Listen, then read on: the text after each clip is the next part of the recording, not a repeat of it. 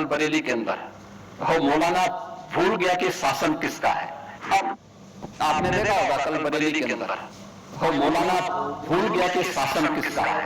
अब उत्पातियों और उपद्रवियों को पता लगेगा कि 7 पीढ़ियां याद आएंगी उनको। कभी कभी बुरी आदतें जाती नहीं लोगों की, तो उसके लिए उनकी डेंटिंग पेंटिंग करवानी पड़ती है कायदे से। हमने कहा जाम नहीं होगा, कर्फ्यू भी नहीं लगेगा, लेकिन कर्फ्यू का सबक तुम्हें ऐसा सिखा देंगे कि तुम्हारी आने वाली पीढ़ी दंगा करना भूल जाएगी। दंगे होते थे, दंगाइयों को मुख्यमंत्री आवास में बुला के सम्मानित किया जाता था।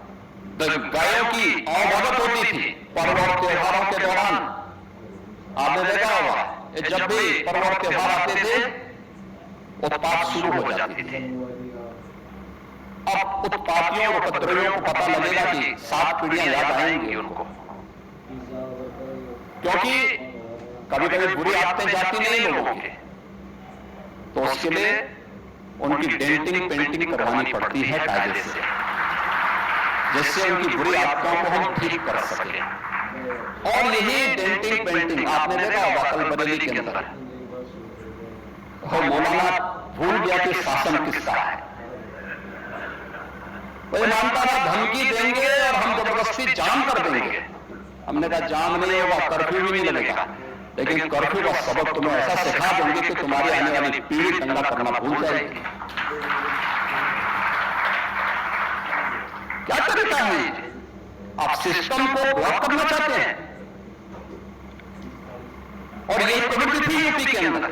17 के पहले यही होता था, और हम इसी बात को कह सकते हैं कि 17 के बाद हमने कर्फ्यू भी नहीं लगने दिया, लेकिन ऐसे बैरियर को चुन चुन करके वे जिस प्रकार की भाषा को समझते थे उस प्रकार की भाषा से उनको समझा करके उसको उसकी सजा दिलाने का काम भी किया है। और उत्तर प्रदेश की ग्रोथ स्टोरी यहीं से शुरू होती है। अगर आजादी के समय, मैं उससे पहले नहीं जाता, लेकिन 1947 में भारत आजाद हुआ, अगर उस समय भारत की इकोनॉमी में भारत का उत्तर प्रदेश का कंट्रीब्यूशन 14% था, तो 14% फिर से होना चाहिए। और 14% नहीं होना चाहिए, बल्कि जितनी आबादी है उत्तर प्रदेश की, उत्तर प्रदेश उतना कंट्रीब्यूशन करता हुआ दिखाई दे। ये हमारा राष्ट्रीय धर्म है और दायित्व भी है, और उसी के तहत सब कार्य योजना बन रही है। उत्तर प्रदेश के अंदर इंफ्रास्ट्रक्चर अच्छा हो, 17 के पहले कोई कल्पना भी नहीं करता था। आज देश के अंदर 55% एक्सप्रेस वे उत्तर प्रदेश के पास है। सबसे अधिक सिटी में मेट्रो का संचालन उत्तर प्रदेश कर रहा है। 17 के पहले 2 एयरपोर्ट पूरी तरह क्रियाशील थे, लखनऊ और वाराणसी। गोरखपुर और आगरा आंशिक रूप से क्रियाशील थे। गोरखपुर में एक फ्लाइट आती थी, कभी भूल से आ गई, हम लोगों को ट्रेन से दिल्ली जाना होता था। आप सोचो 14 घंटे की हमारी जर्नी हुआ करती थी। बहुत इमरजेंसी में कोई होगा तो मुझे गोरखपुर से लखनऊ 6 घंटे बाई रोड आना पड़ता था, फिर यहां से मैं फ्लाइट पकड़ता था दिल्ली के लिए। आज गोरखपुर से 14 फ्लाइट चल रही हैं, 14 फ्लाइट देश के अलग अलग सिटी को जोड़ रही है। 16 एयरपोर्ट हमारे आज के दिन पे क्रियाशील हैं। देश का सबसे बड़ा एयरपोर्ट हम अगले महीने देश को समर्पित करना है, नोएडा इंटरनेशनल एयरपोर्ट। यानी ये उत्तर प्रदेश वही है जो पहले बीमारू था। बीमारू था नहीं, बीमारू बना दिया गया था। बीमारू मानसिकता वालों ने इसको बीमारू बना दिया था। बीमारू मानसिकता वही है जो परिवारवाद और जातिवाद है, बीमारू मानसिकता है। और इसी बीमारू मानसिकता ने उत्तर प्रदेश को बीमारू बना दिया था। परिणाम क्या था? दंगे होते थे, दंगाइयों को मुख्यमंत्री आवास में बुला के सम्मानित किया जाता था। गायों की औभगत होती थी,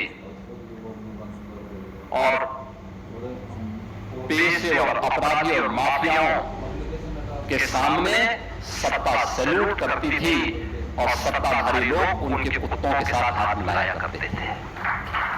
आप लोग दृश्य देखे होंगे कैसे सत्ता का मुखिया एक माफिया के कुत्ते से हाथ मिला करके अपने को गौरवान्वित महसूस करता था।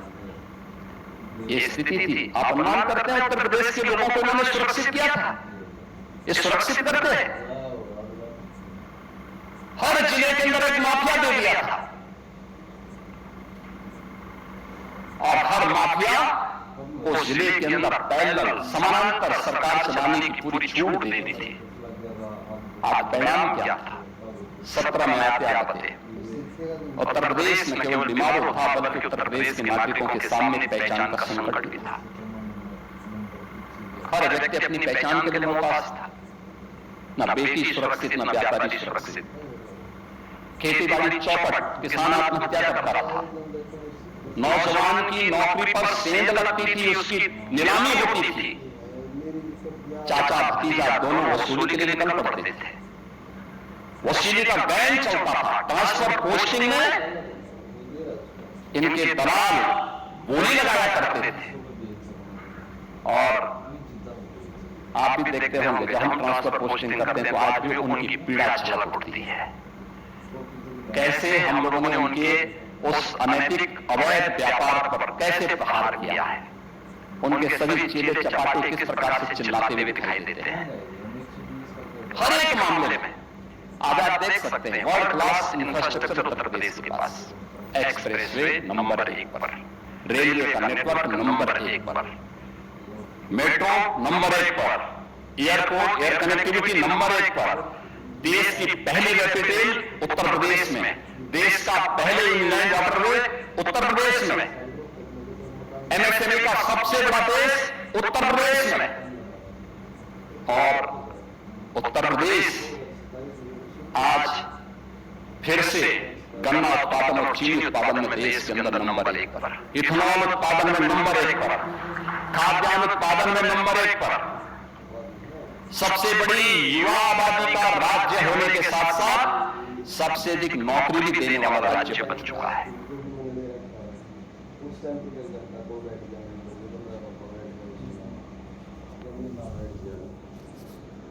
फिर